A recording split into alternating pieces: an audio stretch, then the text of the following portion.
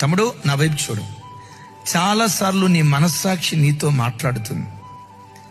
గంటల తరబడి ఫోన్ దగ్గర కూర్చొని ఆడుకుంటున్నావే. చెడ్డవాటిని చూడకపోవచ్చు. ఆ సమయం వాక్యం దగ్గర గడపాల్సిన నీవు వాక్యం దగ్గర గడపకుండా, మోకాల దగ్గర గడపాల్సిన నువ్వు మోకాల దగ్గర గడపకుండా ఫోన్ దగ్గర గంటల తరబడి నువ్వు ఆడుకుంటూ ఫోన్తో సమయాన్ని వృధా చేసుకుంటా ఉంటే ఎన్నిసార్లు నీ మనస్సాక్షి నీతో మాట్లాడలేదు? ఎన్నిసార్లు నీ మనస్సాక్షి నిన్ను గద్దించలేదు?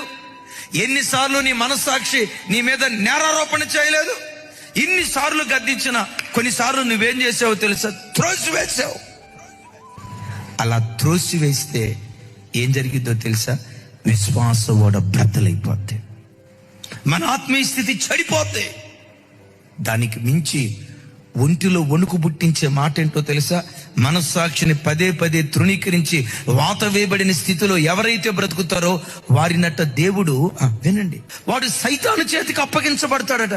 ఇక సైతాను చేతికి ఒకడు అప్పగించబడ్డా చేయకూడని నీచమైన కార్యాలు, చేయకూడని హేయమైన కార్యాలు, చేయకూడని లజ్జాకరమైన కార్యాలు, చేయకూడని అపవిత్రమైన కార్యాలు వాడు చేస్తూ వెళ్తాడు.